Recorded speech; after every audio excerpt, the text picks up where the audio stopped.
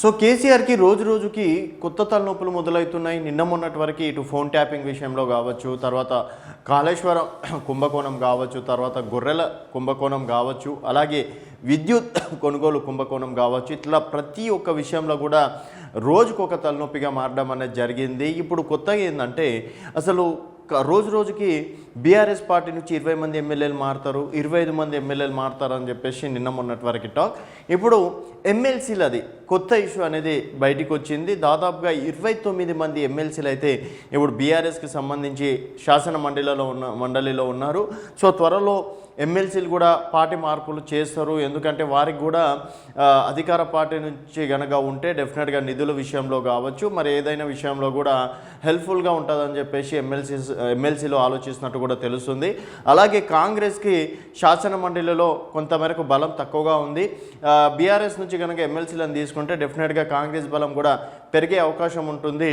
ఏదైనా బిల్లు పెట్టినా కూడా ఇటు అసెంబ్లీలో ఓకే అవుతుంది, అలాగే శాసన మండలిలో కూడా ఓకే అవుతుందని చెప్పేసి కూడా భావిస్తున్నారు. సో మొత్తానికి ఉండేది ఎవరు, పోయేది ఎవరు? ఎమ్మెల్సీల విషయంలో బీఆర్ఎస్కు టెన్షన్, నిధులు పదవుల కోసం పార్టీ మారుతారనే డౌట్, నిల్వరించడం కష్టమేనన్న ఆందోళన, కాంగ్రెస్ ఆపరేషన్తో గులాబీ పార్టీ అలర్ట్, ఎమ్మెల్సీల సన్నిహితుల నుంచి 29 మందిలో ఎందరో మిగులుతారంటూ సందేహాలు, బీఆర్ఎస్కు చెందిన ఎమ్మెల్సీలు కాంగ్రెస్లో చేర్చుకునేందుకు హస్తంపాటి ఆపరేషన్ మొదలుపెట్టడంతో బీఆర్ఎస్ నేతలకు గుబులు పట్టుకుంది. నిధులు పదవుల కోసం వారు పార్టీ మారితే పరిస్థితి ఏంటనే ఆందోళన చెందుతున్నారు. శాసన మండలిలో మొత్తం 40 మంది సభ్యులుండగా అందులో 29 మంది, అంటే ఇందులో 4 నామినేటెడ్ బీఆర్ఎస్కు చెందిన వారే ఉన్నారు. కాంగ్రెస్కు 4, బీజేపీ 1, ఎంఏఎం 2 ఇండిపెండెంట్లు, ఉపాధ్యాయ సంఘాలకు చెందినవారు 2 ఉండగా గవర్నర్ కోటా కింద మరో 2 స్థానాలు ఖాళీగా ఉన్నాయి. ఎలాగైనా గులాబీ పార్టీ బలాన్ని తగ్గించేందుకు కాంగ్రెస్ ఆపరేషన్ ఆకాష్ చేపట్టింది.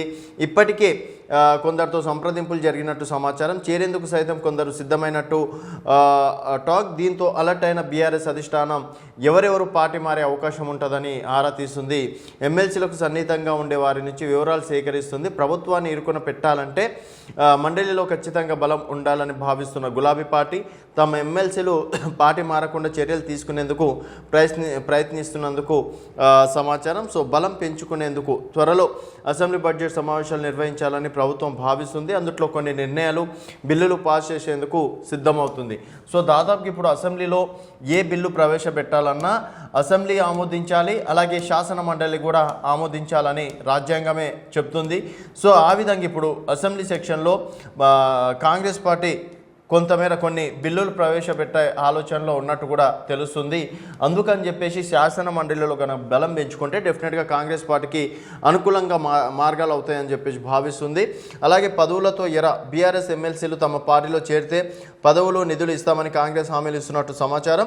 బీఆర్ఎస్ రాజకీయ భవిష్యత్తు ఇచ్చినప్పటికీ మరో కొంతకాలం పదవి ఉండాలంటే పార్టీ మారడమే శ్రేయస్కరమని కొందరు ఎమ్మెల్సీలు భావిస్తున్నట్టు టాక్.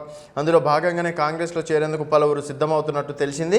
కొందరితో పార్టీ అధినేత కేసీఆర్ ఫోన్లో సంప్రదిస్తే వారి నుంచి సరైన సమాధానం రాలేదని, అలాగని పార్టీలో కొనసాగుతామని సైతం చెప్పలేదని సమాచారం. ఎంతమంది మిగులుతారు? వరంగల్ జిల్లాలో పరిస్థితి ఏంటంటే వరంగల్ నుంచి ఎమ్మెల్సీలుగా ఉన్న 6 బీఆర్ఎస్ నేతలు సైతం కేసీఆర్కి అత్యంత సన్నిహితులు కావడం గమనార్థం. అయితే పార్టీ మారిన రాజకీయ పరిస్థితులు, పరిణామాల నేపథ్యంలో పొలిటికల్ ఫ్యూచర్ కోసం పార్టీ మారేందుకు వీరు సిద్ధమవుతున్నట్టు సమాచారం. అసెంబ్లీ ఎన్నికల ఫలితాల తర్వాత బీఆర్ఎస్ తీరును, టికెట్ల కేటాయింపును వరంగల్ జిల్లాకు చెందిన ఓ ఎమ్మెల్సీ బహిరంగంగానే తప్పుపట్టారు. ప్రస్తుతం తన స్థానిక నియోజకవర్గం కాంగ్రెస్కు కంచుకోటగా మారడంతో బీఆర్ఎస్ను వీడి హస్తం పార్టీలో చేరాలని ఆయనపై అనుచరులు ఒత్తిడి చేసినట్టు సమాచారం. అలాగే కొంతమంది ఎమ్మెల్యేలు కావచ్చు, అక్కడున్న క్యాడర్ కావచ్చు, వాళ్ళు కూడా సైతం ఇటు బీఆర్ఎస్ నుంచి మారాలని చెప్పేసి కూడా అంటున్నారు. సో ప్రస్తుతం 29 మంది ఎమ్మెల్సీలు ఉన్నారు. అందులో ఎంతమంది ఉంటారు అనేది ప్రస్తుతం డౌట్గా మారింది. కొంతమందికి డైరెక్ట్గా కేసీఆర్ ఫోన్ చేసి మాట్లాడుతున్నట్టు సమాచారం. కొందరు పాజిటివ్గా రెస్పాన్స్ ఇస్తే కొందరు మాత్రం రెస్పాన్స్ సరిగ్గా ఇవ్వట్లేదు అని చెప్పేసి కూడా ఒక టాక్ అయితే నడుస్తుంది. అండ్ కాంగ్రెస్ పార్టీ ఇప్పుడు అధికారంలో ఉంది కాబట్టి అసెంబ్లీలో ఏదన్నా బిల్లు పెట్టాలన్నా సో ఇక్కడ అసెంబ్లీలో ఆమోదంతో పాటు ఇటు శాసన మండలిలో కూడా ఆమోదం తెలపాలి. సో ఆమోదం తెలిపిన తర్వాతనే ఆ బిల్లు ఆమోదం చెందుతుందని చెప్పేసి కూడా చెప్పుకోవచ్చు. గతంలో కేసీఆర్ కూడా ఏదైనా బిల్లు పెట్టినా కూడా అసెంబ్లీలో దాదాపుగా 102 మంది ఎమ్మెల్యేలు ఉన్నారు. అలాగే శాసన మండలిలో సైతం కూడా ఇటు బీఆర్ఎస్ నేతలే ఎక్కువగా ఉండడంతో తను ఏ బిల్లు పెట్టినా కూడా అదంతా ఆమోదం చెందిందని చెప్పేసి కూడా చెప్పుకోవచ్చు.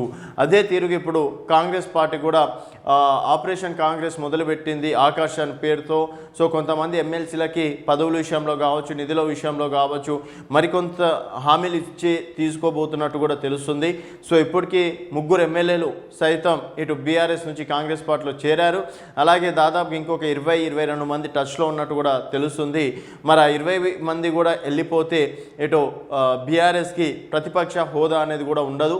సో ప్రతిపక్ష హోదా లేనప్పుడు ఇంక ఎమ్మెల్సీలు సైతం ఏం చేస్తారని చెప్పేసి కూడా ఒక టాక్ వినిపిస్తుంది. మరి 29 మందిలో ఎంతమంది ఉండరు అనేది ఒక అంటే బలమైన టాక్ వినిపిస్తుంది. సో అసెంబ్లీ సెక్షన్కి ముందే ఇటు ఎమ్మెల్యేల విషయంలో కావచ్చు, ఎమ్మెల్సీల విషయంలో కూడా కాంగ్రెస్ పార్టీ మొట్టమొదటిసారిగా ఇప్పుడు ఎమ్మెల్యేల బలం అయితే కాంగ్రెస్ పార్టీకి దాదాపుగా 65 ఉందని చెప్పి 65 నుంచి మొన్న 3 ప్లస్ 1 కంటోన్మెంట్ గెలవడం అనేది జరిగింది. సో దాదాపుగా 69 మంది ఉన్నారు. సో అసెంబ్లీలో కాంగ్రెస్ పార్టీ అంటే ప్రభుత్వం ఏ బిల్లు పెట్టినా కూడా డెఫినెట్గా ఆమోదం చెందుతుంది.